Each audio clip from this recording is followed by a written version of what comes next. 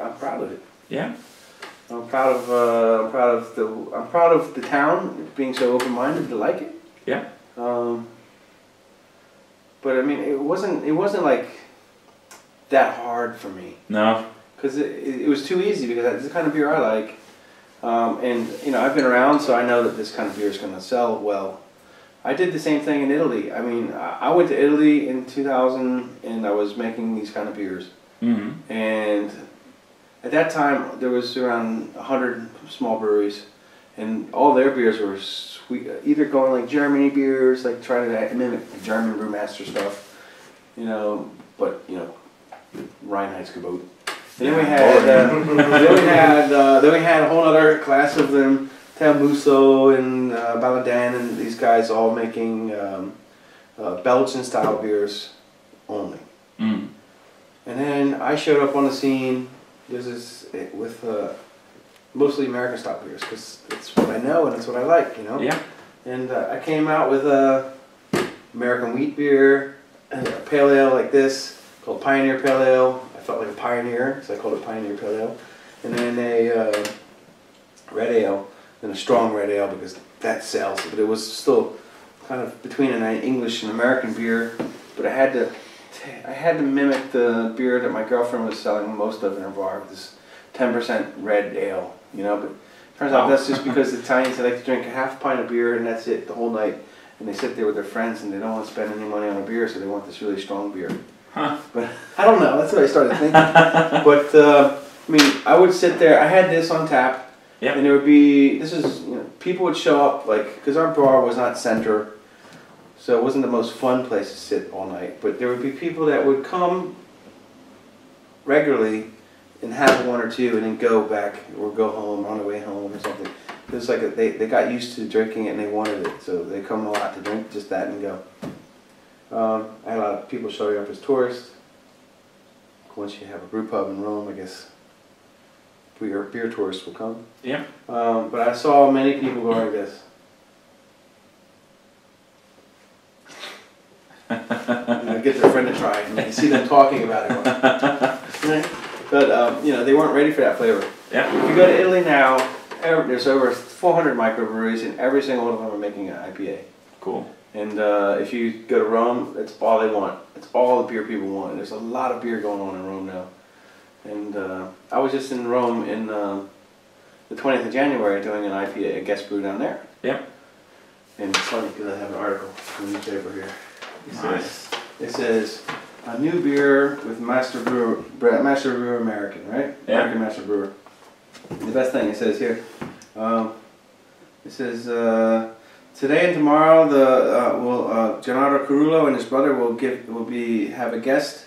One of the biggest brewers this is so funny. One of the biggest brewers in the world. Like one of the most important brewmasters in the world.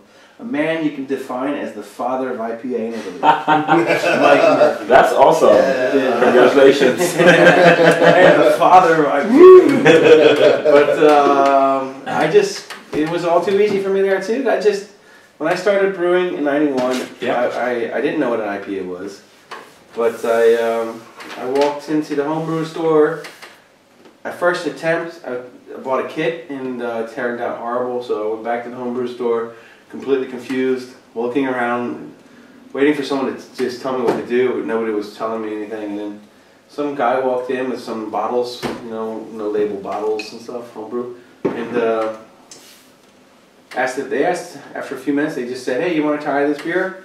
Like, me? You know, and, it was hoppy beer, you know, and I was like, "Whoa, what is this? This is really good, right?" And I mean, at that point, I didn't know anything about beer really, and he took me around the store and put everything on the counter, wrote down really specific instructions how to do it, and I went home and brewed it right away, and it came out good. And from there, I just started making stronger and more hoppy beer, stronger every brew. Cool. I wasn't like a geek home brewer that met up with a bunch of home brewers and competed. I just did it for myself, and I got to a point with my beers that none of my friends would even touch them because they were so hoppy.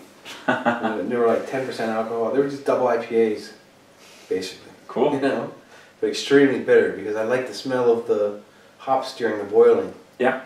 And I built the brewery in my father's garage, and I sit out there with the hop smells. Nice. My father complained about the smell in the house. But I didn't brew that much. I mean, I brewed maybe 5 times a year. Oh. Some years I didn't brew all together. Yeah. You know, and just ended up. I actually thought about being a brewer professional. I was looking for like an idea of what to do in my life, and I didn't think at first I could actually possibly pull that kind of job off. Yeah. And then I realized that, okay, anyone can pull that kind of job off that wants to, it just doesn't pay anything. Mm-hmm. So forget it. And then I found myself wanting to live in another country, and I couldn't use my education to become an architect in Italy, because it would have been it's like they don't recognize anyone else that hasn't had the education in Italy, you know? Mm-hmm. Italians are very particular about, I have a friend who was in 10 years in university for getting this degree for architecture. Sure. Anyhow, I just sidelined that idea and thought, okay, I'll give this a couple years in Italy, you know, and then see what happens. Went fine though. But you know, I didn't stick to my plan. No, I should have. If I was sticking to what I told myself I would stick to, I would have left and gone back to the U.S. But I really didn't feel up to it. I felt like I wanted to stay in Europe, and I felt connected, and I felt the world was too much bigger now and much smaller, so I said. And I didn't think I could ever go back to the life I had before. And then then a few more years go by, and you start saying, maybe I should get back to the U.S. You know, things weren't going so well. So there'd be periods of times when I regretted everything.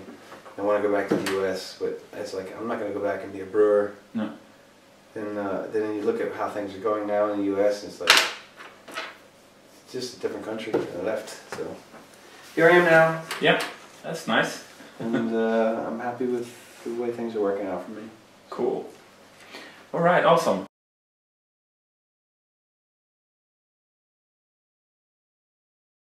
Yeah, we're involved in that. They don't talk to me. Nobody ever asked me. Nobody ever asked me, hey, do you want to be involved in this? Yeah, up and do your job. No, it's not here. People here, the people, they want me to be the face of the brewery. I go out all the time and give presentations and stuff. But I kind of want to push other people into that too, because I don't want to be the only one doing this stuff. Yeah. But as far as like judging beers and stuff, this dense malted thing, that board beer, I don't see how that could possibly won best beer of Norway. But I mean, it doesn't even taste like it fermented well. It tastes like it fermented hot. I'm like, don't these beer judges know anything about? You mean the bock beer from Borg? Yeah, it's not good. No. It's not. I'm not upset that my beer didn't win. No. I kind of, in the back of my mind, thought it had a chance to win. You know, I think if you want to look at what it was almost, wasn't it? Like it was the third placing. It was the third highest scoring from the popular score. And the winner was the second. Huh? The winner was the second highest score, as far as I understood. Yeah, right. It was Evan's beer was top. Yeah. But was also a pale ale. Yeah. But if you look at this beer, what it's doing, it's much more important than Borg beer. Yeah. Borg beer is old school. That guy, he sat right in front of me too, and he asked me a question. It was kind of annoying because he sat there and he asked me a question. It's not a random question. What kind of hops do you use? I said I use hops from everywhere. I use American hops in certain beers. I use German hops. I use Czech hops, New Zealand hops, English hops. He goes, I only use German hops. Tradition.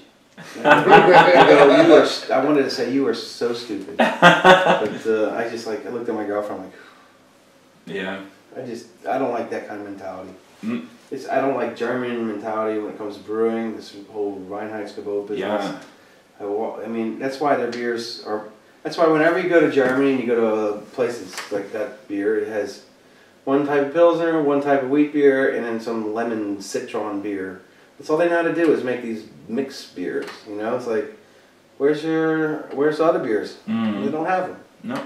Because there's only that in their blinders, and they only do that way. It's true. I agree with you.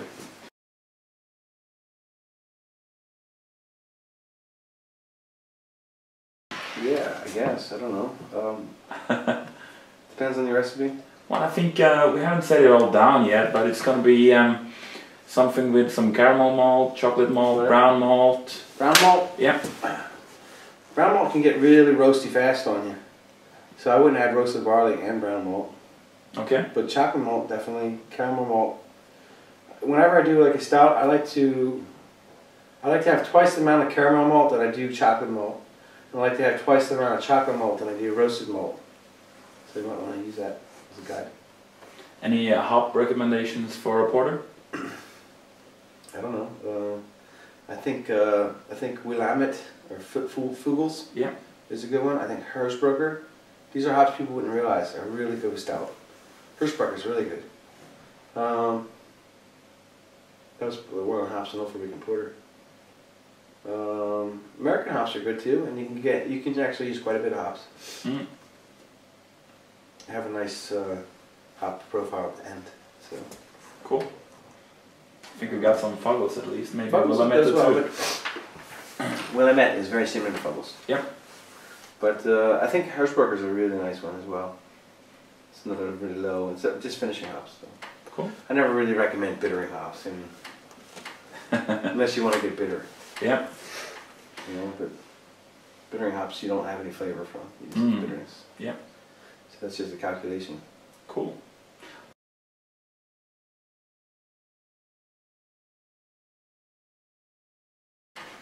Thanks for supporting our brewery. Awesome. And we need all the support we can get. I'll live a life of paradise. Live a bit, die for the bit. I'll live a life of paradise.